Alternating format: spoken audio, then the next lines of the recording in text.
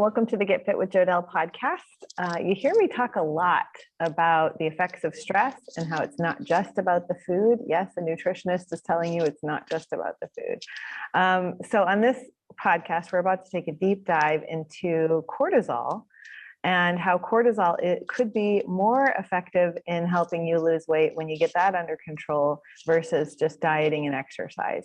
Something you might not be aware of is a fat storage enzyme called HSD. And so I want you guys to learn about this. So I brought on someone who I consider an expert on this and someone who I'm super stoked to talk to, Dr. Shawn Golden, a chiropractor and founder of Golden Health Method, to talk to us about cortisol and HSD. So, Dr. Shawn, welcome to the podcast. Hey, Jodelle. Thank you so much for that wonderful introduction. I really love being here with you. So thanks for having me. Absolutely. So stress is what we're going to talk about today, and how it's not just job stress. It's not just like running around after kids stress. In fact, the world we live in today, in my opinion, is more stressful than ever, as I'm sure you can attest to too. So I want you to touch on what you consider to be some of our major stressors that maybe people aren't aware of, but I wanted to first get your opinion on my top two. So my top two that I'm seeing in my practice is EMF and blue light exposure for people that aren't aware that this is a stressor to their body, and also social media stress. So social media stress and EMF, because it kind of goes hand in hand, you have to be on an electromagnetic device to access social media. I'm really seeing that this is where a major stress component in people's life is. What do you think? Yeah, and I would definitely agree with that. When I think of stress and cortisol, I really think of kind of everything under one roof. So it could be lack of sleep, it could be EMF, it could be a poor diet, it could be too much cardio, it could be just a host of things, but all of those things independently will have some sort of stress on the body. And when that happens, you'll find that the general sympathetic nervous system will be activated, cortisol might go up, adrenaline might go up, calcium channels might become more open than they should be, especially with EMF exposure. And all of those things will kind of coalesce together. And so I don't think of any one of those things as like, I don't like saying EMF causes this or this causes that, but everything is a risk factor. So everything will come together to kind of fill this metaphorical cup. And then eventually that cup will overflow. And that's when you start to see real problems. Yeah. But I definitely agree with the EMF and with social media. With social media, there's so many things. There's the EMF from the computer. There's the psychological aspect of constant comparisons and self-image and self-esteem and all of this stuff that we really don't need in our mind 24/7. But yeah, I think those are huge. And anything that we can do to reduce the impact of chronic stress is going to be very beneficial.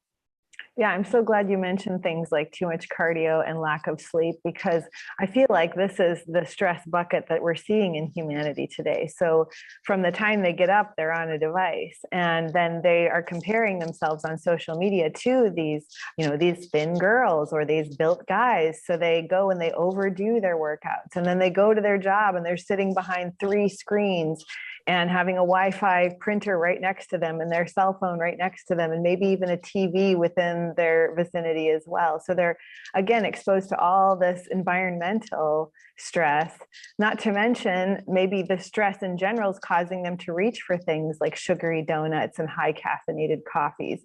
And then they leave their office, they get in their car, which is full of Bluetooth and Wi-Fi, only to drive home and sit in front of Netflix, which is more. And then also that stress of not being outdoors, not getting sunshine, not getting vitamin D, staying up way too late, getting that lack of sleep like you're talking about. So we can see how easy the stress bucket gets full.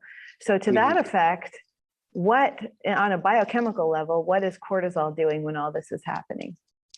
Yeah, so to expand on your first point, it's almost amazing to me that our body can still function with our daily modern life. I mean, it is so adaptive to be able to go through all of these insults we're placing on it all day long. It's crazy. But it leads to the fact that there's no question why so many people are struggling with chronic diseases and autoimmune conditions and all of these things. I mean, anyone with an autoimmune condition will tell you that they get a flare up when they get super stressed out. And it's not just psychological stress, like you're saying. There's so many different aspects to stress. And that's why it's such an important thing to really be aware of this in the first place. I think awareness is huge, because I think the vast majority of people have no conception of the actual effect that this type of thing is having on their body. And then it becomes an enigma as to why their body's kind of failing them. Why do they keep having these chronic conditions, or why are they tired all the time? Or like, why do I not feel good on a daily basis? And just our modern day of living is so maladaptive and nothing like it used to be in the past. And that's really the key component of it. So if I was to sum up of how I think most people are living now that's not aligned for how we evolved to be, it's that we are 100% of the time trying to either strive for something, get benefit from something, do something, push forward, be better, compare, all of that stuff, instead of just being in this moment.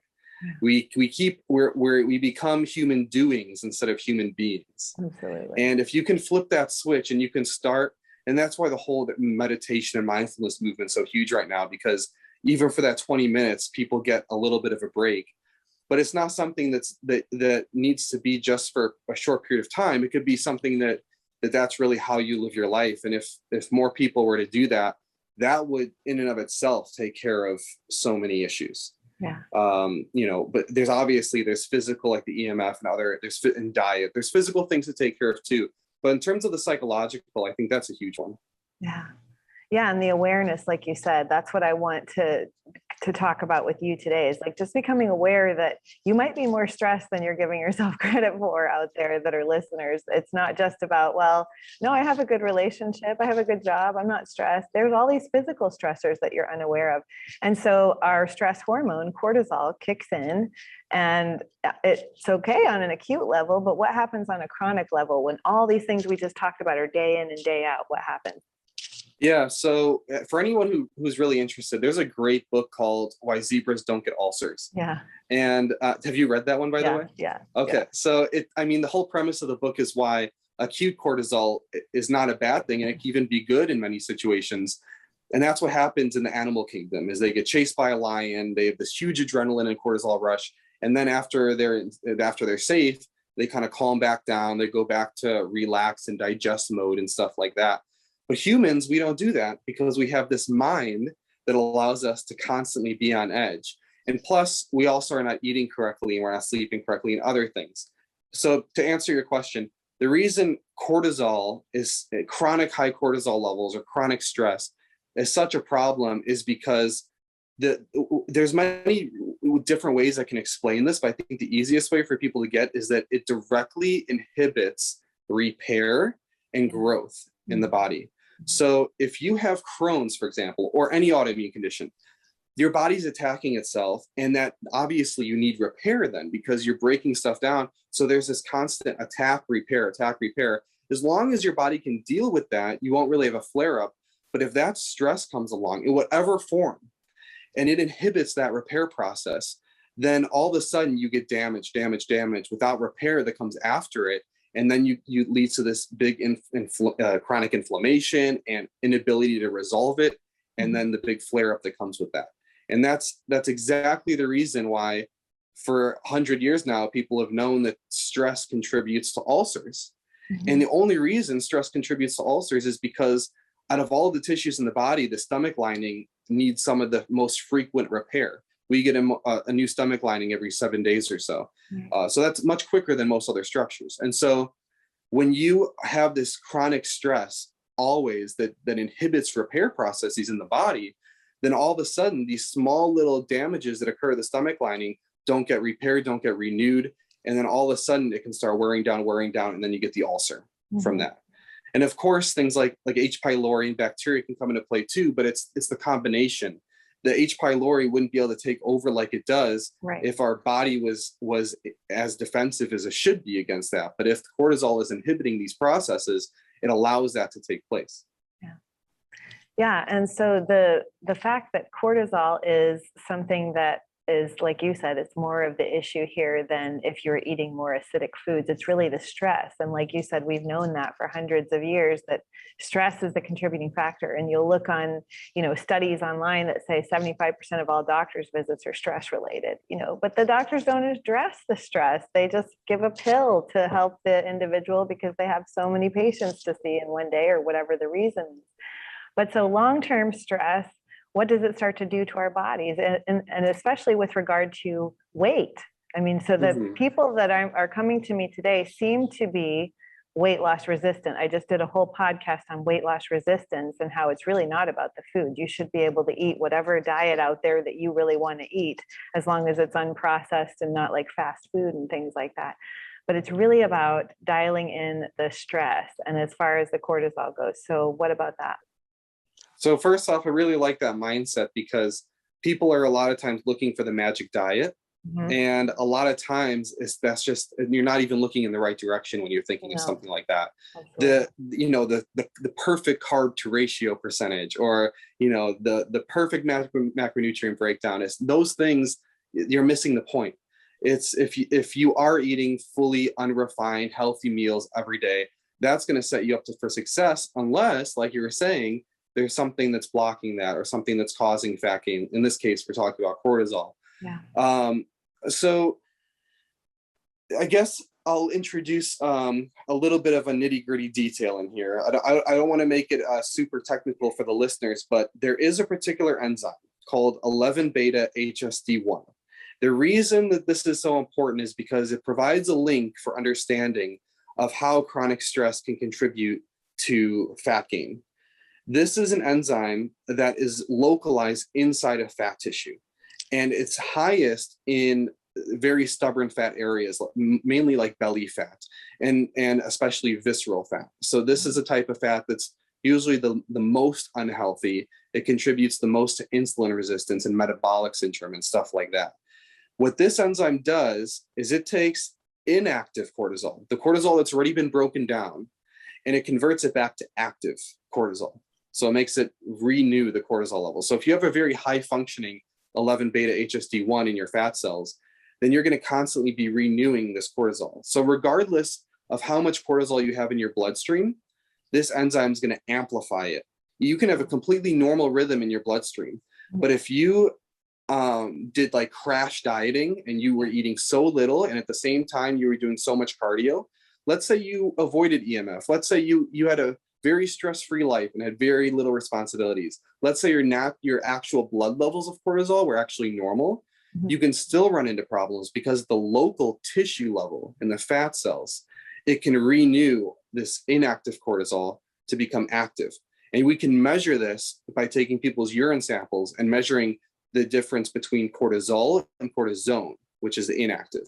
If that's a high ratio, then that means you're having a lot of renew of the inactive to the active. When this happens in the fat cells on a tissue level, it sets up all of the enzymes to store fat and inhibits the enzymes that are going to help release the fat. Like hormone sensitive lipase, for example, goes way down when this enzyme goes up, which restricts the ability for that fat cell to release its contents. And so then you end up in this vicious cycle where you just store more and more fat, and then it makes it harder and harder to release it unless you start addressing the root problems. And if you don't address the root problems, the only other way to do it is through brute force, which will work for a short period of time. But if anyone who's gone down that road will know that whenever they stop whatever brute force mechanism they're trying to use, like chronic dieting or really low calories or whatever the case is, they dig themselves into such a hole, and it's so hard to get out of, that even when they try to go back to normal eating, they start gaining weight like crazy. And so that's not the situation we want to put ourselves into. We want to make this as healthy as possible, as smooth as possible, and not be fighting our body in order to lose fat, but to try to work with our body, reduce the chronic stress, reduce the activity of this local cortisol, and then that'll make it way more smooth sailing than trying to force it. Oh man, you just perked everybody's ears up, because nobody really talks about HSD. I had first heard about it in a book called The Cortisol Connection. by a Dr. Sean Talbot. And then I heard you talk about it, and that was really it. I haven't heard anybody else talking about this, which is why I wanted to have you on. But, you know, I look at this from a threefold standpoint. Okay, so you have cortisol that elevates your blood sugar. So that because we have the breakdown in the liver. So when you're high stress, chronic stress, all these different stress buckets are full, you break down, you make sugar out of the liver, gluconeogenesis. So let's say you're high stress, like it's that 2 o'clock afternoon hit and somebody's reaching for the donut and the coffee with sugar to get the sugar hit to keep them going. In addition to that, the stress that they're under is converting their own muscle to another donut. So it's as if they had two. And now you're saying, even if the cortisol is not super high, but it's also in range, but they've got this fat tissue from the chronic stress that they're under, this HSD is now pumping out even more cortisol.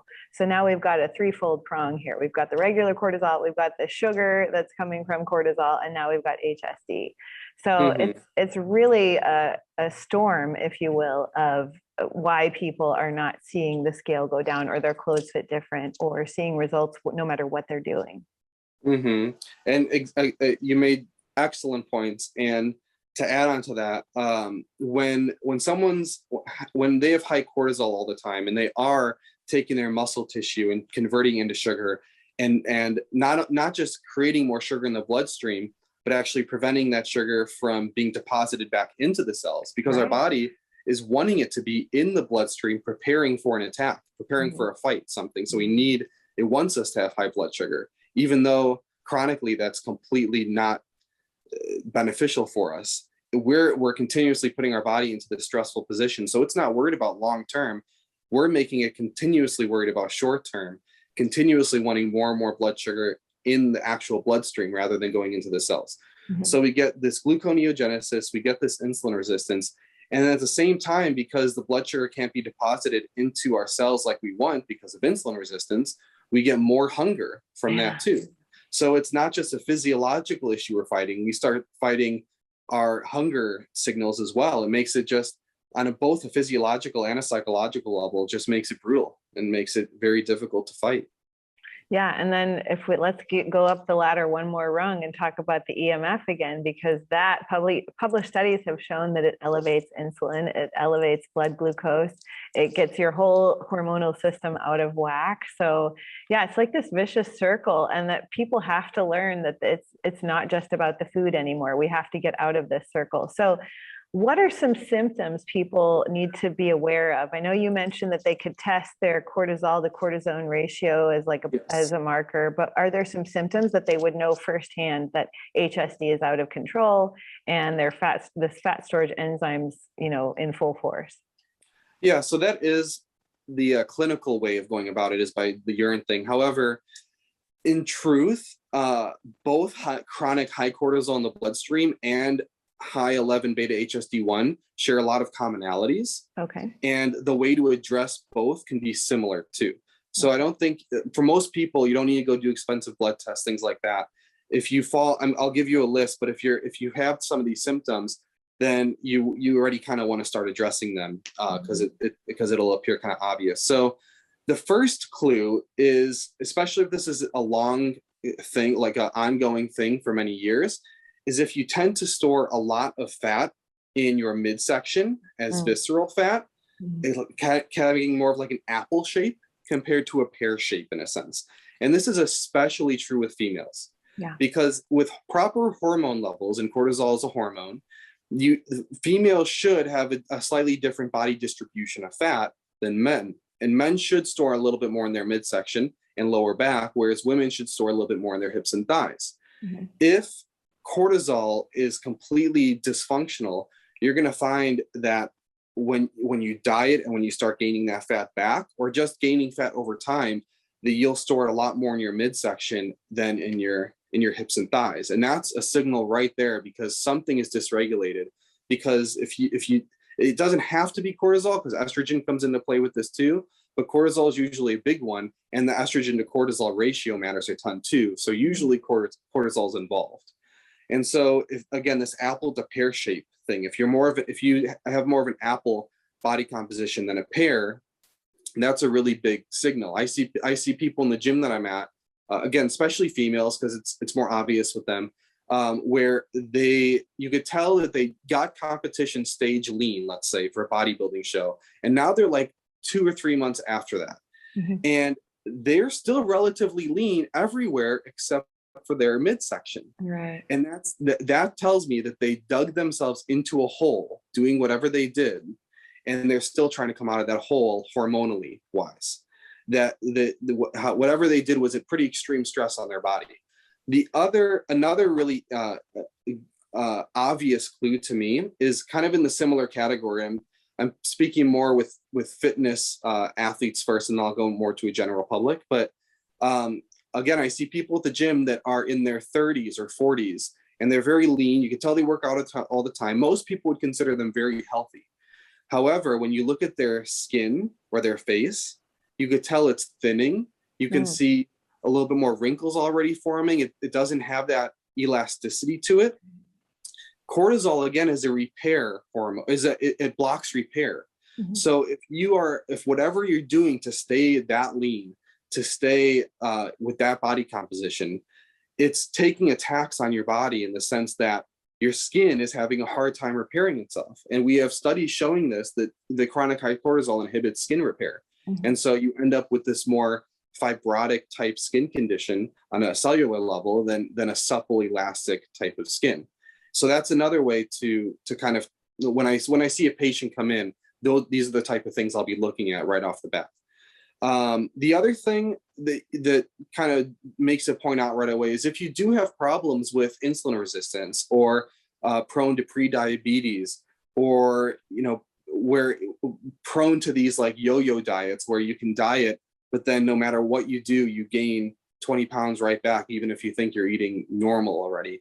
Those are the type of things that it shows that there's something going on with the hormonal system again. And if you're going to have a lot of things that are involved, insulin, sex hormones, but cortisol is going to be one of them, and it can be a big one.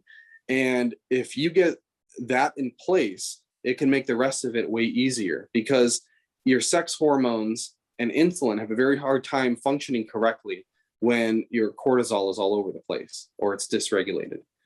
So, and then the last one is if you're prone towards like fatty liver, or if you tend to have elevated liver enzymes chronically for no unknown reason, that's something that could be linked to cortisol as well.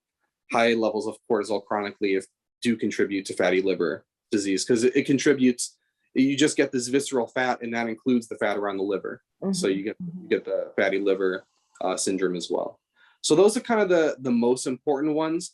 Another really unique one is all of the research that's coming out over the past 6 years or so, showing a big link between things like tendinitis and muscle and tendon pain, and chronic high stress and cortisol, and overactivation of the sympathetic nervous system in general, to the point where they can take mice and have 2 mice exercise on a treadmill or in their little wheel thing in a way that would never hurt them. But then they inject cortisol into 1 mice chronically, and they take biopsies of their muscle cells, and you see all this fibrotic tissue, and the tendons start fraying like ropes and all of the stuff. And it makes sense. It's just because when we're working out like that, we need a lot of repair. And again, cortisol is anti-repair. That's one of the main things it does. It focuses on the now to eliminate whatever threat it thinks is happening, and puts everything else on the back burner. And so that means a lot of repair. And so these are the type of issues that you'll come across with high cortisol. The dysregulated cortisol rhythms will also affect like sleep and how you feel when you wake up in the morning, that type of thing. The 11 beta HSD1 won't really affect that. So that can be more silent and can be less linked to any sort of psychological manifestation of that. The psychological stress can contribute to the 11 beta HSD1, but not really the reverse, if that makes sense. The high 11 beta HSD1 won't really put out any like dysregulated sleep or lack of energy or something like that. It'll just contribute more to the physiological issues. Yeah, going back to your skin and your tendon that you mentioned, the tendon issue, Would it be because cortisol breaks down collagen a lot too? That's part of that gluconeogenesis. It's breaking down proteins like collagen. And so you're breaking down that collagen under the skin. Maybe you're going to see more cellulite. I have a lot of people with high cortisol also have high cellulite content. So would that be a factor as well? Is that losing all that collagen? Yeah, for sure. What I'd want to point out is that yes, the gluconeogenesis comes into play, but it's also that cortisol is inhibiting the repair. And so when you repair skin or tendons, there's a lot of energy that needs to go into that. Mm-hmm. And if you block the repair process, it needs to heal anyway. Like things, an ulcer or something needs to eventually heal. Mm-hmm. And if skin and the tendons can't heal normally, they take a shortcut, and that's through fibrotic tissue. Mm-hmm. So when you think of something like cellulite or skin that's lost its elasticity or things like that, when you look at a cellular level, you see that the actual tissue is more fibrotic and less elastic. Mm-hmm. Instead of having a normal structure to it, it starts looking like silly string in there. It doesn't function correctly. And so in the case of cellulite, it gets this abnormal pulling sensation because these fibers are fibrotic and not elastic. So you get these pulling and the dimples that come with that. Mm-hmm. And so the cortisol is part of that because it inhibits the proper repair. And so you get this improper repair with more fibrotic tissue. Yeah. So again, it's like we really have to look at the stressors and how we can mitigate that. So as far as like the thyroid goes, does HSD have any correlation with thyroid issues? Because all of these things are, you were mentioning the fitness trainers and stuff like that. I would assume that they had also slowed down their thyroid during their fitness competition, but also the general public, we're seeing a lot of people with thyroid issues that also have high adrenal stress and things like that. Mm-hmm. So does HSD correlate with the thyroid? Yeah, so one caution I want to say with the fitness individuals is that a lot of times, like extreme dieting, if you're doing a show, you have to get very, very lean, and that's going to put a stress on your body no matter how you slice it. Yeah. And because of that, your thyroid will almost inevitably drop. And that's all, you can't really prevent that unless you take exogenous hormones. Mm-hmm. Now, there can be a problem with that because your body is lowering your thyroid on purpose. And by just by taking more thyroid hormone, that can actually increase muscle breakdown as well. Thyroid doesn't only break down fat; it's not like cortisol is more breaking down muscle. It's not really breaking down fat. Thyroid breaks down anything and uses it for energy. So we've had studies since the 80s that have showed that when you take someone and you put them on low calories, and then you try to boost their thyroid to normal by taking T3, then you get way more muscle loss from that same diet. So you have to be careful with that. And that's when, if you want to go that route, you have to work with someone who's experienced and knows how much thyroid to give. So it's not like the low thyroid is sometimes not something you want to just say, oh, your thyroid's low. Here's some Synthroid or whatever the case is. It depends on the overall situation. In that particular case, TSH usually is normal. And so that's a hint to leave it alone and look at something else as a root cause, mm-hmm. and not thyroid being the root cause. Okay. Yeah. But one thing that does happen in people that do have real hypothyroidism, usually with hypothyroidism or Hashimoto's, what happens is not only do they have low thyroid, but their TSH is elevated. And that's a clue because the TSH is telling the body, hey, we need more thyroid. We want more thyroid. Please make more thyroid. Mm-hmm. And your body is not able to do that for whatever reason. The T4 being made in your thyroid is either low, or if that's normal, the T3 that's primarily made in your liver and gut is low. And so if that's the case, then we have to figure out what's going on with that. And that's a whole separate episode. But one of the things that comes with that is if thyroid is low, if you have hypothyroidism, then you need a backup system because you still need to make energy. You still need to function and live. Mm-hmm. And the backup system is usually the sympathetic nervous system. Yeah. And so then you start seeing elevated adrenaline and elevated cortisol, things like that, because they're pretty much compensating for the low thyroid.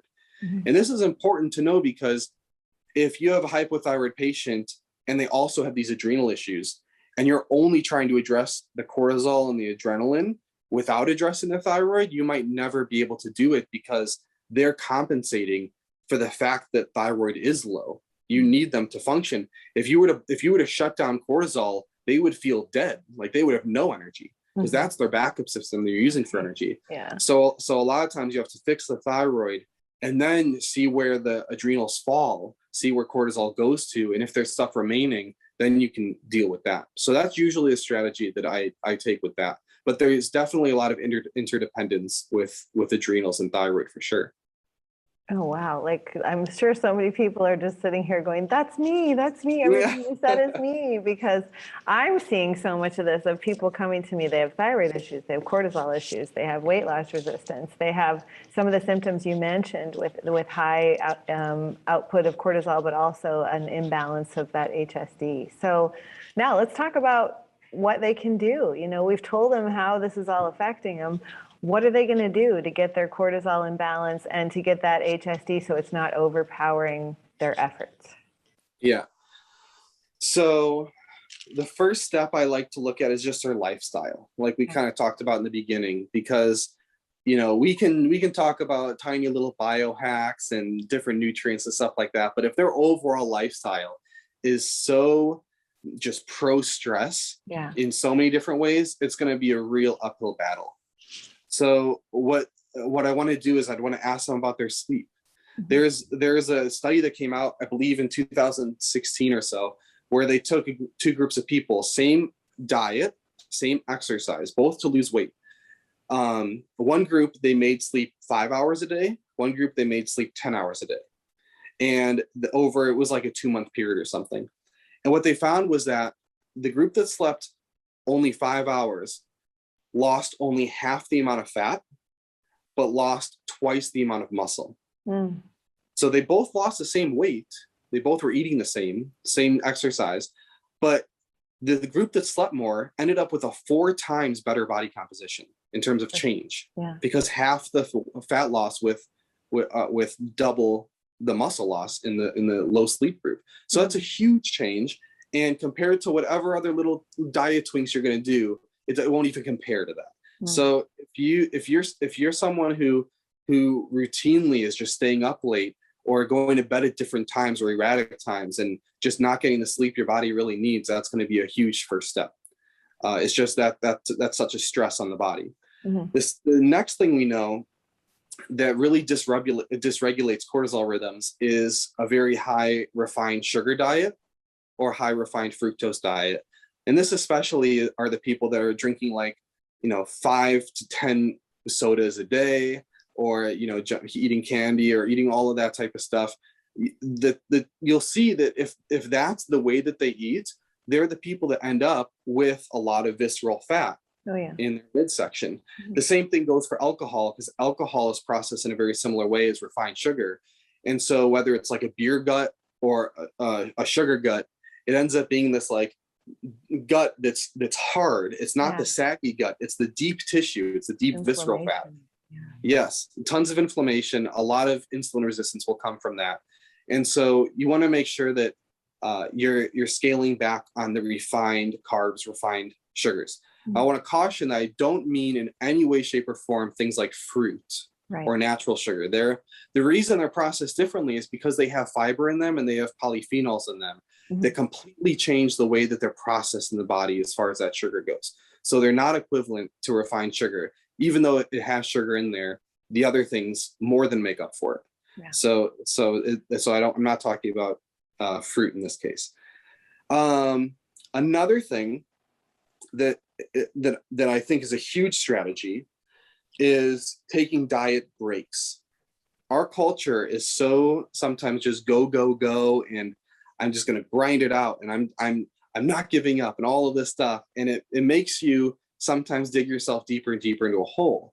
If you've been dieting for 5-6 weeks and you're trying to lose weight and you're getting to this point where you're really low on energy, you're starving all the time, you've been angry and your mood is changing, that's a key to dial back, not to keep pushing forward. So you need to give your body just a break. And this is not my opinion. It's been proved out in research where they put on 2 groups of people, again, both dieting, same way. One group dieted straight for 12 weeks. One group dieted for 2 weeks and then 2 weeks off, and then 2 weeks on and 2 weeks off. It took them 24 weeks to finish what the other group did in 12 weeks. So it seems like it's taking a lot longer. However, after the 12-week diet group where they dieted straight, their metabolic rate was less than when they started, because it was constant dieting. It was a lot of stress. They probably had cortisol going up. Their body was starting to fight them. It was starting to go into, I think there's a famine here. Let's dial things back down and reduce our metabolic rate. Whereas in the group that took the diet breaks, they ended up with exactly the same metabolism that they started with, which means they didn't dig themselves into a hole. When they get out of that diet, whatever they end up with, they're not going to be, super hungry, and their body's not going to be fighting them to try to gain all that weight back. And then there's also another benefit to that, because the 2 weeks where they have diet breaks, they're teaching themselves how to be normal. They're teaching themselves how to eat normal instead of 12 weeks of pure deprivation. And then that ends, and then it's a free-for-all. So if you take the diet breaks, it helps physiologically, but it also helps psychologically get you into a routine of, okay, this is what normal eating is too. Yeah. I'm so glad you mentioned that, because that is such a healthy approach to getting results. But also, I think we should talk about what a diet break is, because there's people listening that'll go, does that mean I can eat whatever I want for 2 weeks? And Very that's true. not what a diet break is. So elaborate on what a diet break actually is. Yeah. So essentially, a diet break means eating around maintenance. And it depends on the patient that I'm seeing on what I'm going to actually prescribe for them. If they seem to me to be a very stressed, very detail-oriented patient that I want to do everything perfectly, what they want me to give them is they want me to put them on maintenance and have them continue to track their calories or something so that they can stay on maintenance. But that doesn't teach long-term healthy habits. So what I would do is I would have them estimate, and they're not going to like that feeling of not being in control in a sense in that way, but it's estimating maintenance calories or whatever you feel normal to be.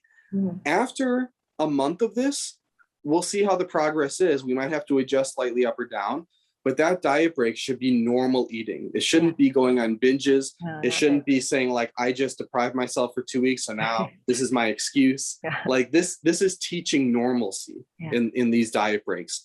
And so, but it also shouldn't be deprivation.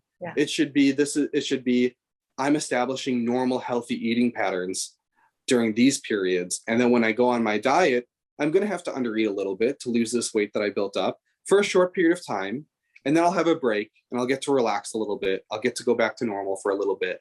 And then I can go back to dieting. And it doesn't have to be, that's what they did in the study, but it doesn't have to be 2 weeks. A lot of the times I just do 1 week of diet break. It depends on the person. If they have no time limit, if they have no timeline, then 2 weeks is perfectly fine. If it's someone on a stricter schedule, maybe 1 week, maybe 5 days. Definitely more than 2 days is what I'll say. Sometimes we do like a 1 or 2 day diet break and then we jump right back in it. And the research has shown we need at least 2 to 4 days or so before things like leptin and other hormones start resetting a little bit. So that's what I would say. Just make sure you're not binging on it. You're not using excuses. It's to teach yourself how to be normal. It's to teach yourself how to eat after this is all over so that you can maintain not just a healthy weight, but a healthy relationship with food too. I love that. Well, and I'm so glad you talked on it, because we have this society, the pressures, the social media pressures that tell us it has to be all or nothing. You got to do 30 days, or you got to do 12 weeks or whatever. But it's okay. Like the stress of calorie counting, the stress of adhering to something very strict and regimented, not only does it set you up for an eating disorder or a binge eating disorder, but it also is another stressor. So getting back now to some of the things they can do to lower the stressors. You mentioned the diet breaks, and we're going to dial in our sleep a little better. What about like circadian rhythm? Like, is that going to play a part with cortisol as well? Oh, for sure. That's why I mentioned before, like dysregulated sleep patterns. If you're going to bed at erratic times every night, or if you are one of these people who are using your phone on like major brightness right before bed for some reason, Like that is definitely going to impede melatonin production. Yeah. And melatonin and the whole circadian rhythm kind of sets the stage for the other hormones. Right. I mean, all women know that hormones fluctuate in cycles. Most men aren't aware of that fact but, for their own body, Yeah. but it's true for everyone. And so the circadian rhythm is what's in control of that. And those cycles are not there by accident. They're there for a reason. So if there's a reason in men that the testosterone peaks a little bit earlier in the morning to afternoon, and then towards late afternoon, evening, it goes down, and that's the proper rhythm for it. If we're messing up our melatonin, our sleep rhythm, it messes up all of the other hormonal patterns too. And the same goes for cortisol. We should have kind of higher cortisol in the morning and lower cortisol in the evening. And that's healthy. That's how it should be. And that's what our bodies are adapted for millions of years. If we disrupt our sleep to the point, or if we're using bright lights or blue light or anything like that to the point, or even just, not everyone's going to buy into it necessarily, but even something like having Wi-Fi on in your house, it can disrupt melatonin production and cortisol rhythms. So all of these things that will disrupt circadian rhythm, that can also disrupt the other hormones like cortisol. Now, what happens if you disrupt cortisol and you don't get that spike in the morning? You're going to wake up exhausted. You're going to wake up feeling more tired than you went to bed, because that spike in the morning is there to get you up, get you ready, allow you to have energy to take on the day.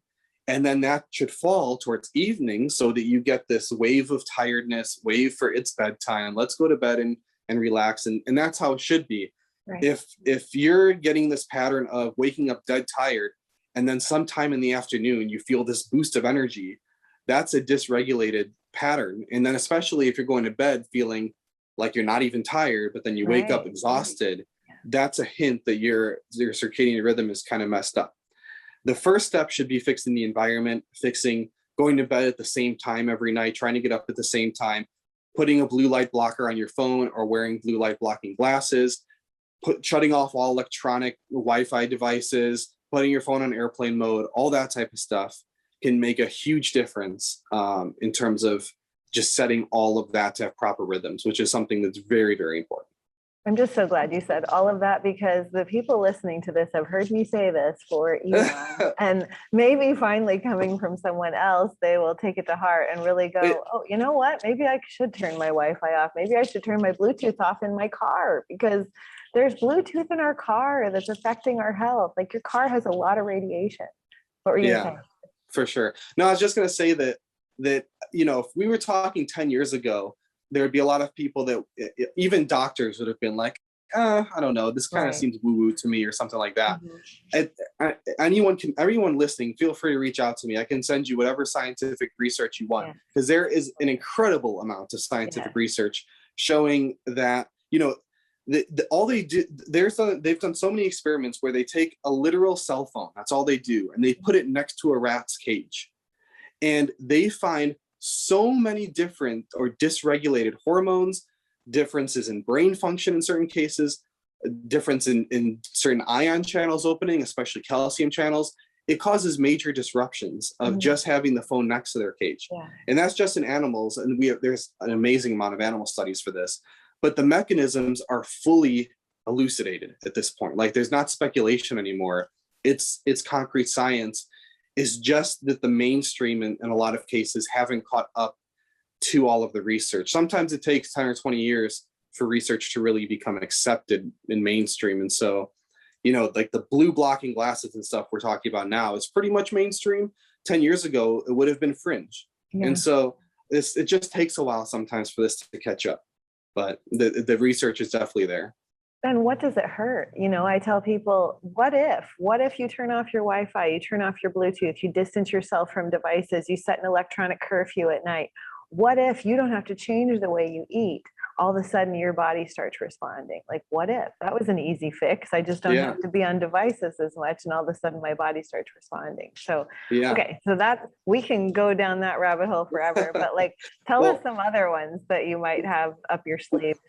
I got a few others here. Before we move on real quick, one other little trick that you can use for sleeping and for not really preventing, but doing the best you can in the situation you're in of these EMF exposures is to actually use grounding or to ground yourself at night. Now you're And talking. so I have a grounding mat that I sleep Me with every day. too. My Yep. pillowcase is grounded. Me too. And again, this sounds, people that have never looked into this space before, it sounds kind of woo-woo. Mhm. Believe me, quantum physics also sounds woo-woo when you look into it. Doesn't mean it's not true. So what I would encourage you guys to do is really look at the research, because the research for grounding keeps growing every single year. Yeah. And there's very well studied and documented functions, and one of which is an almost immediate drop in sympathetic nervous system activity, which is really cool because that not only makes it easier to fall asleep, but it's encouraging these proper rhythms that we're talking about. If you're grounded and your sympathetic nervous system gets dialed down from the grounding instead of gets turned up from the EMFs, you're going to have, the sleep is going to be more productive. You're going to have better rhythms, all of that. So I would encourage you guys to look into grounding. You don't have, I mean, grounding at night is really beneficial, and I would recommend it. But also, if you don't want to buy anything, just spending some time in nature with your shoes off and walking on the grass and stuff like that. It sounds, at first, if you've never heard this before, it sounds crazy. And again, I'm willing to share the dozens and dozens of research papers that have come out with that. If you want, I can even link some, I can give you some for the show notes, whatever, they can link to it. Because it's really, really beneficial. Yeah. And I think people can understand that it's not woo-woo when they think about how they feel when they walk next to a beach barefoot. You know, like you actually feel your body come down, or you've spent a day at the lake floating in the water. You feel your body come down. So it's this subtle shift that you might feel in a grandiose way more so when you're in nature. So don't think that you're going to jump on a grounding mat and all of a sudden you're not going to be like on edge. It does have a very subtle effect, but over time you're going to notice, wow, why am I so much more calmer? Why am I sleeping better? Why did I just lose 5 pounds, but I haven't changed anything? You know, so avoiding the EMF and getting grounded, like you said, these are subtle things you can do that you won't feel right away, but they are definitely, we know from the science, having an effect on our body. And we know from being a human that we're supposed to be connected to the earth. We're supposed to be in nature. We're supposed to be in the sun. We're solar powered. So all of this is not woo. It's like we've gotten away from human nature, and that's what we need to get back to. Okay, absolutely. So I want you to share some more, but I also know that there's people out there that are going to go, yeah, but isn't there a supplement I can just take? Isn't there just a pill I can take to lower my HSD activity? So we'll get to that too. I'm sure you can fill us in on that. Yes, there's one. So I'll go into the other things. I do have a pill, but it's like anything else. It's not a cure-all. It's not like, oh, I'm taking a supplement, I could ignore these other things. Exactly. I'm bringing up the things that I'm bringing up in the order of importance, in my opinion. I love it. Yeah. The little biohacks are not going to save you from your overall environment. Exactly. Or your overall circadian rhythm. There's stuff that's more important. It's just like if you were eating McDonald's every day and you start taking some random weight loss pill, you can't expect that to save you. Absolutely. So that's just my caveat to that. But we'll get there. The next thing I want to talk about are 2 minerals. One is magnesium and one is salt, in this case, sea salt. Okay. Both are very, very important. The magnesium one is really interesting because there was a human clinical trial showing that it actually directly changed the functioning of 11-beta HSD1, and this was measured with the urine analysis. So they found that difference in ratio. It's not because magnesium is a magic mineral. It's because most of us are deficient in magnesium. The most of the plants we're consuming have less magnesium now than they did in the 1950s, for example. And even if we are consuming healthy food, sometimes we're still not getting enough magnesium that we need. And most of us are not consuming healthy enough food or a good enough diet to get that in the first place. So for most people, in order to have enough magnesium, they'll need to supplement with it. Or there's transdermal application and stuff like that too. But for most people, supplementing with magnesium is a good first step, and that's what they did in the study. Now, how much magnesium should you supplement with? Usually I recommend at least 400 milligrams a day. And usually I recommend anything other than oxide and Absolutely. other than citrate. Mhm. Most people say citrate's okay, and it can be okay, but it does give diarrhea to a lot of people. So, and then you're not absorbing it then. So your best bet is to use anything else. And it literally doesn't matter what else it is. Any other form is fine.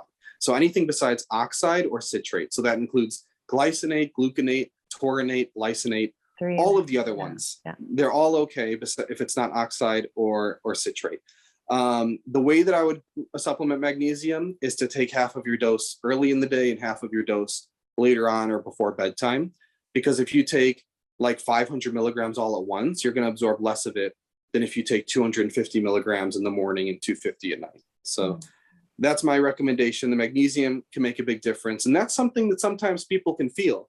They'll sometimes notice a reduction in anxiety, sometimes a reduction in stress levels and stuff like that too. Not everyone, but sometimes they notice that. And then another big one is sea salt. And this is so important because salt has such a twisted history, I guess I would say, with how we've been on this mission for the, since the maybe 60s or so, to reduce salt almost as low as possible to prevent blood pressure from going up. Yeah. And that's such a short-sighted way of looking at things. There's a great book again called The Salt Fix. I don't know if you've heard of that one, but it's really good because it actually shows the research in there where, yes, in some people that are salt sensitive, if they cut out refined table salt, they notice reduction in blood pressure. But that's combined with an increase in sympathetic nervous system activity. And this shows up in the form of a faster heart rate and sometimes higher cortisol levels and an increase in insulin resistance, because that's what high sympathetic nervous system chronically will do that no matter what anyway. So you get maybe a few points reduction in blood pressure, but you get all of these other side effects that are not beneficial. And we're only talking about refined salt. All of the old early studies with this blood pressure stuff was done with refined table salt. And we have studies now showing that refined table salt does not act the same way in our body that sea salt does or natural unrefined salts do. And it's likely because the refined salts have a lot of other minerals in them besides sodium that makes it act differently. In the same way that sweet tarts or Smartie candies or any candy is not the same thing as an apple, right? even though they both contain sugar, right? So table salt and sea salt are not the same thing. So what the studies have conclusively shown is if you take someone who is low in salt, and this is called hyponatremia, it shows up on blood tests. If you're prone to dehydration, if you're prone to just a low salt level in your blood tests, or if you just avoid salt all the time for no reason because you thought you had to, if you take that person and you start supplementing them with sea salt, and that's sea salt with water, you don't want them to stay dehydrated, but sea salt with water, it actually is super beneficial for their insulin resistance because of how it tames down the sympathetic nervous system. And this is the exact same reason why there was this old wives' trick that still works, that if you can't fall asleep at night and you have insomnia, to take some honey, put some sea salt in it, put it in your mouth, let it dissolve, and a lot of times you'll feel yourself calming down a little bit. Yeah. And it's the combination of a little bit of sugar and a little bit of salt, but it just tames the sympathetic nervous system down a little bit. If you are someone who you feel on edge, but it's not because of thoughts, like some people, they know that they think themselves crazy or they think themselves stressed. If you feel like I have this background anxiety, but I don't know why, my life is pretty good, my work isn't super stressful, but I just feel tense all the time, try supplementing with magnesium and increasing your sea salt intake with water, and you'll usually notice yourself relaxing a little bit. And this is very beneficial for my patients I deal with muscle pain and tendonitis and stuff like that too, because they keep themselves so balled up into a knot. And when they allow the magnesium and the sea salt to be there like it should be, their muscles get to relax a little bit. And so those two minerals I think are super important for just calming down the whole sympathetic nervous system. And those two in particular are two that we tend to be deficient in nowadays. I feel like I've met the male version of myself Yeah. because I almost have to give magnesium to every client that I meet with just because of the stress everybody's under, and they all benefit from it. I mean, it serves over 300 different processes in the body. So, but It's just so refreshing to hear another practitioner say how much benefit magnesium is, and especially now that we know with HSD as well. Yes. Yeah, it's a cool little link there. I didn't know about that until a few months ago, and when I saw that study, and I'm like, oh wow, it doesn't just help like on a broad spectrum; it actually helps in the fat cells with the enzyme functioning too. So it's really, really cool. All right, what else you got? Okay, so almost done with my suggestions here, but another one that can be very important is vitamin A. And this is the retinol, not the beta carotene plant form. All of the fat soluble vitamins are important, and if you're deficient in any of them, vitamin D, E, K, A, all of those, they're going to cause problems in the body. Right. Specifically for this one enzyme, vitamin A is very important. And there are a lot of people that they're not really consuming any foods that are high in vitamin A. Sometimes they're consuming a lot of plant-based vitamin A forms, but there is a certain percentage of the population too that doesn't have their enzymes aren't very efficient in converting the plant form to the animal form of vitamin A. So when that happens, you tend to get a rise in this enzyme with vitamin A deficiency, which likely also explains the fact that we have at least 15 to 20 studies now showing this link between sufficient vitamin A levels and a reduction in obesity. And there's this antagonistic link between the two. Now, I'm not saying to go supplement vitamin A like crazy, because if you overdo it, that can cause problems as well. Yeah, for sure. But one thing that people don't get measured often on their blood test are their retinol levels, are their vitamin A levels. They get their vitamin D usually measured, and now we understand how important that is. But the vitamin A is still kind of left out a lot of the time. And so if you are low in vitamin A, it's just going to be one of those things where it's going to make you fight a little bit more of an uphill battle. Vitamin A is important not just for fat mobilization, for lipolysis, but it's also beneficial for muscle growth as well.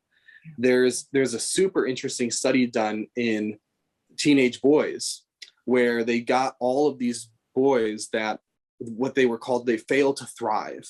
So they didn't grow like they expected when they tried to lift weights, that muscle didn't grow as expected. And they put them into 3 different camps. One was a control group that didn't have any interventions. They just kept lifting. The other group, they were given anabolic steroids, which is the main current treatment for that still, as a failure to thrive. And then the third group was given vitamin A and iron, because both of those two are very important. They have a lot of tie-ins with muscle growth and metabolic efficiency. Anyone with anemia, for example, will tell you how difficult everything is, not just in terms of running and aerobic, but weightlifting, building muscle, fat loss. It all becomes a little bit more difficult because iron is so important in our metabolic chain. So they gave iron and vitamin A. And what they found was that both the anabolic steroid group and the supplement group got equivalent results in terms of ability to gain muscle growth and grow and thrive like normal, whereas the control group essentially stayed the same.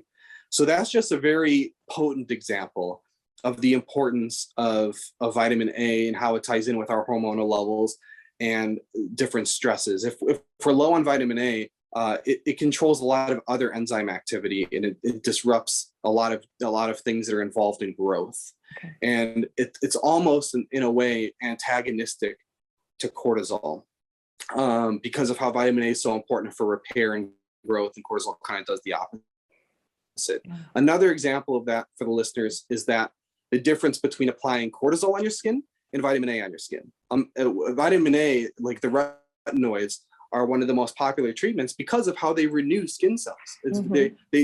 I don't like the synthetic ones, to be honest, but what they still target the same receptor as the natural vitamin A, and they have a lot of benefits to the skin, and it's one of the dermatologist's favorite things for anti-aging and skin health.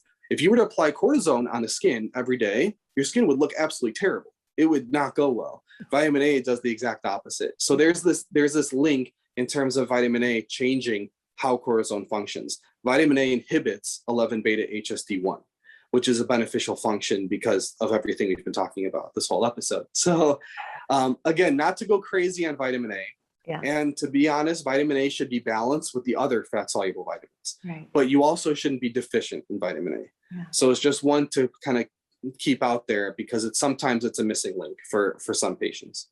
Yeah, and it's easy to get because you could have a serving of liver if you like beef liver every week, and that's their serving of vitamin A for the week. So exactly. For anyone wanting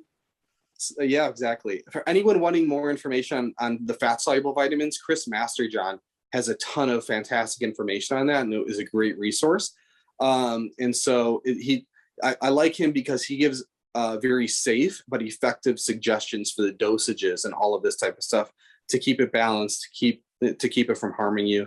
You don't want to take some vitamins when you take them, like vitamin C, no matter how much you take, you'll kind of pee it out and you'll be fine. Mm-hmm. But with vitamin A, it'll store in your body. So you can't think more is better in this case. And so make sure you're looking up proper dosages and stuff like that. On a general rule of thumb, this is very general, but around 5,000 IUs per day is okay for most people. Yeah, cool. And then I have two more.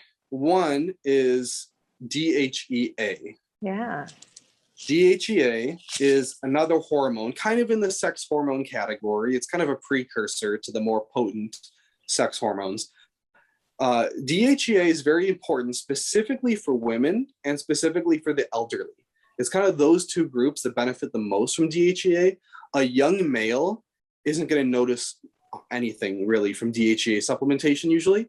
The reason is just because they have a lot of androgens already in them. And so DHEA is a very weak one. And so it doesn't have those same type of effects.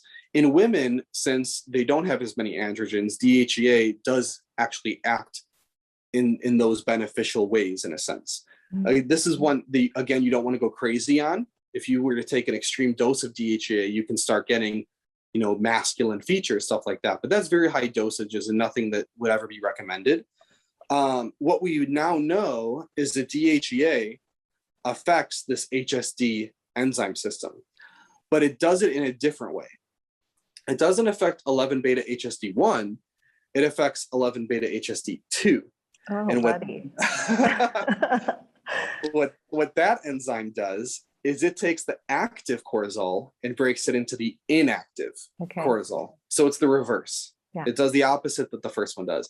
So it's really cool though. And that's it. There's been so many studies now that have been done mainly in the elderly and sometimes in women that when they're given DHEA combined with cardio and lifting and stuff like that, it tends to have a beneficial effect on their body composition change. It tends to make it a little easier to lose fat and a little bit easier to gain muscle. And one of the reasons of that is how it's affecting the ability to break down the cortisol and turn it into cortisone. Cortisol is completely anti-muscle growth and completely anti-fat loss. So the fact that it's doing this on a local level is a very beneficial thing. And so that, again, if you're a woman or if you're in the elderly category, it can be a little boost. It's not going to be something dramatic, it's not going to be a magic pill, but combined with making sure all of your other hormones are regular, you have a good circadian rhythm, all that stuff, a little bit of DHEA can add a little boost to increasing the gains of your exercise program in a sense. Cool. So the usual dosage for that is about 50 milligrams to 200 milligrams. If you want to try it out, I would start with the low dose and work up to the higher dose if needed. Yeah. Sure. Sometimes you don't need the 200. And then the last one is not going to be unusual to many people, but it's going to be unusual in its application, and that's curcumin. Okay. So curcumin comes from turmeric. It's this phyto compound, this polyphenol that has a host of benefits. It's anti-inflammatory. It helps with recovery. It helps with muscle soreness, all of this stuff. Anti-arthritis. It helps with certain autoimmune conditions. It can have a lot of different benefits. But a very unique benefit of it is that not every polyphenol that you consume is going to affect 11 beta HSD1. Most do not. The polyphenols are the things in food that give them the colors that they have and the smells that they have. So it's what makes a blueberry blue and an apple red and all that stuff. So what curcumin does is it actually directly inhibits 11 beta HSD1. It's a direct target for curcumin, which is really cool. And they've tested this. So far, it's just in the animal stages. So I'll be upfront with that. It's not a clinical trial, hasn't been done yet with this, but the animal studies are very promising so far with curcumin. And what they did was they took two groups of animals, they put them both on an exercise program, and at the same time, they cut their calories in half. So they were hypocaloric, they were dieting in a sense, pretty harsh diet. And then they also made them start running in such a way, it was like forced running, in such a way that the mice are not used to. And so that was another stress. So again, this is stress upon stress, a lot of physiological stress on the body. Yeah, sure. Of course, after the whole thing was over, the mice had lost a lot of body fat, just like humans do. But in the control group, where they didn't get curcumin, in this study, they gave curcumin afterwards. So they didn't give it during the dieting, they gave it after the dieting, because this is what happened. The mice achieved fantastic results. And if you were a coach and the mice was your client, you would have been like, good job. You lost all this body fat, you're stage ready, you look fantastic, you're lean, all this stuff. Then what the researchers did is they put the mice back on a regular diet and cut the exercise. This is exactly how the mice were living before this all started, right? So it was back to normal. The mice didn't even eat more. They ate the same amount of calories as they did before. And the body fat shot up like crazy in the mice. It overshot their starting body fat levels. This is what I was talking about in the beginning, how you dig yourself into a hole. For sure. And then it's so hard to get out of it because your whole hormonal system is so messed up that your body's fighting to gain as much fat back as it can. And so, because being lean is not, I mean, if you had zero body fat, you couldn't survive a famine. You couldn't survive so many things. So it's not something your body is going to just let you have usually, especially if you do it in that way. So that's what, a lot of times that's what happens in humans too. After they stop dieting or they stop exercising, their body fat starts going up. And this is why they get hooked on exercise or hooked on diet, where they feel that they just can't stop, because if they do, they start gaining weight really fast. So the cool thing about the curcumin was that in the other group of mice, after they dieted, so this would be like right after the competition or right after you stop the diet, they put the mice on curcumin, because what the researchers found was that at the end of this dieting and exercise period, they measured 11 beta HSD1 in the fat cells, and they found that it was very elevated compared to normal. And so they thought to themselves, maybe this is why the mice are gaining fat like crazy afterwards. And we now know that curcumin inhibits this enzyme. So let's give them curcumin at the end of this diet and see what happens. And it inhibited the body fat gain by about a third. Wow. So not a magic pill. They still gain body fat, but a third less, which is significant. You know, it's not a few percentage points. It's a whole 33%. So it was pretty significant. And it did inhibit that enzyme. Not completely. The enzyme didn't go back to baseline, but it was beneficial. In my personal opinion, if I was doing that study again, I would try giving curcumin right from the beginning, during the whole dieting process, instead of right towards the end. And that might have a little bit more of an effect. But that's a cool little biohack that for anyone who, if that's your life, if you have to do competitions, or if you have a certain deadline, or you have a photo shoot, or whatever the case is, you have to do it in sort of a stressful way, maybe curcumin could inhibit some of the effects that come from that. I wouldn't think of it as a magic pill or to ease up on any of the other suggestions that we gave. Absolutely. But it's a nice, easy, healthy, risk-free little add-on that you can throw into that. And you mentioned the application is important. So what's your take on the application? So that's what I mean. So you're saying at the start of something versus at the end? Or are you talking do you have a brand that you like, or a type of curcumin, like taking it in a tea or taking it in a supplement, or? Yeah.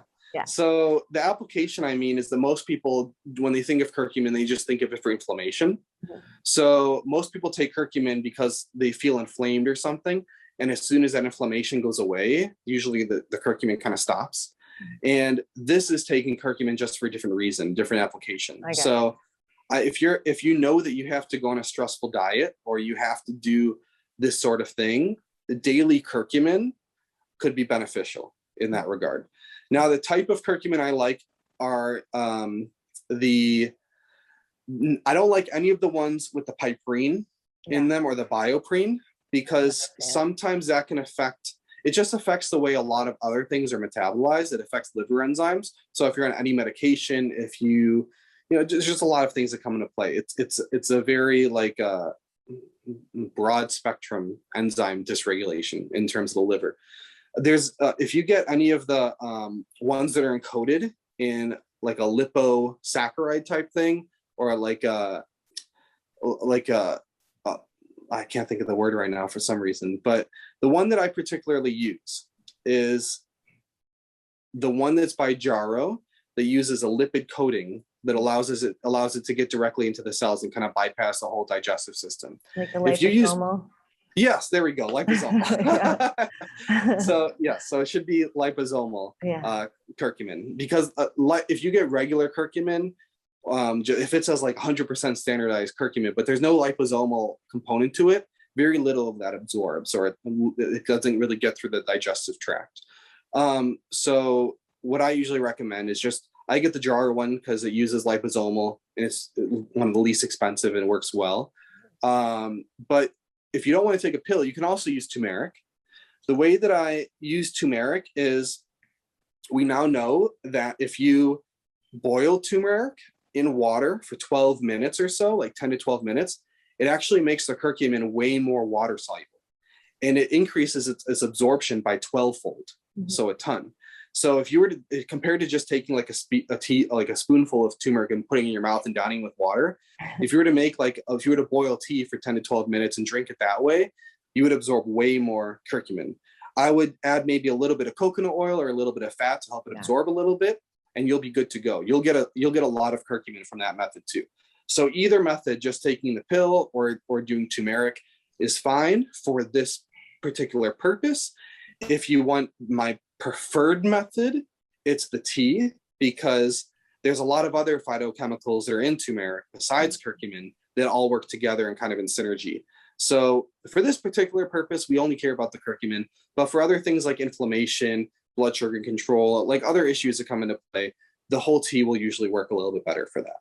I'm a big fan of making your own medicine through tea, so I love that. So we're about to wrap up here, but there's so much more I want to talk to you about. So I think we're going to have a thyroid podcast. We're going to have a Crohn's podcast, because you're working on something that's Crohn's related. Can you kind of brief us on that real quick? Yeah, so I'm in the process, I'm like 80% done of creating an online course for Crohn's and ulcerative colitis. In a couple weeks, or like 2-3 weeks, I'm actually going to open up online consultations for certain disease conditions, and one of them is going to be Crohn's and ulcerative colitis, another one's going to be hypothyroidism. But eventually, once this course is fully made, I'll be transitioning a little bit more to just using that course, because it's going to be, it's just entirely comprehensive. Like I don't want to really brag about it, but I don't know if there's going to be a more comprehensive information source available for Crohn's and ulcerative colitis. And if you've ever heard me before and listened to stuff, you know how much of a research junkie I am. Yes. Every single module, I swear there's at least 35 references or so for every module. So, and there's a lot of modules. It's essentially what it is to give people the lowest hanging fruit first, which means if they have only mild Crohn's, they may not need to listen through the whole course. Well, maybe a fourth of the course will be all they need. For someone with severe Crohn's, they might need to go through the whole course and really listen to a lot of the suggestions and what clinical trials have shown and all of this type of thing. But it's going to be talking about how to use natural options, diet, supplements, lifestyle sort of things, in order to have you gain freedom from your Crohn's or ulcerative colitis. That's great. Well, hopefully I'll have some links in the show notes to your website, thegoldenhealthmethod.com, and people can check you out there. Is there another way you want them to find you? Do you have like an Instagram or something? Yeah, Instagram's where I'm most active, actually. So it's the same handle. So if you type Golden Health Method on Instagram, you'll see all my posts on there too. Okay. And that's another thing where every single thing that I post there's always research linked with it. It's never my opinion. Well, will you definitely come back on, because I think I could talk to you all day. So Oh, I'd love to be on. This was fantastic. Great. Okay. Well, look forward, you guys, to another episode. We're going to do thyroid, and we're going to do another one maybe on Crohn's as well. So I just think you have great blog articles too on your website. So everybody go check those out as well. So thank you for your time today. Of course. Yeah, we'll get this up and going on another one pretty soon.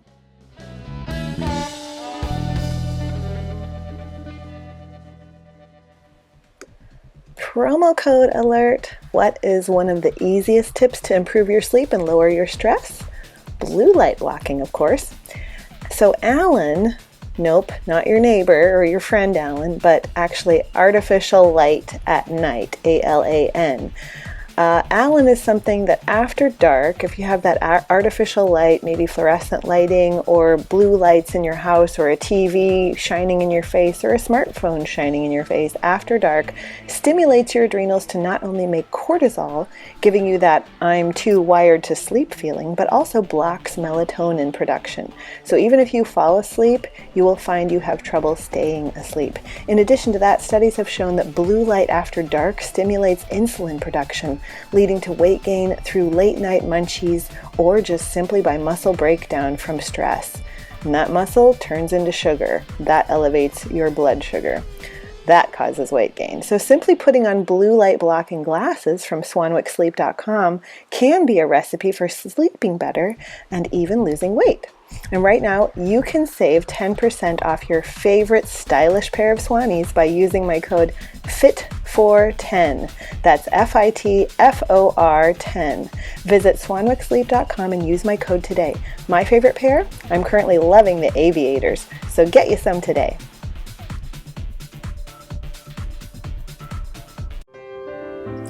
Here's a little known secret about me. I have been into journaling since I was a little girl.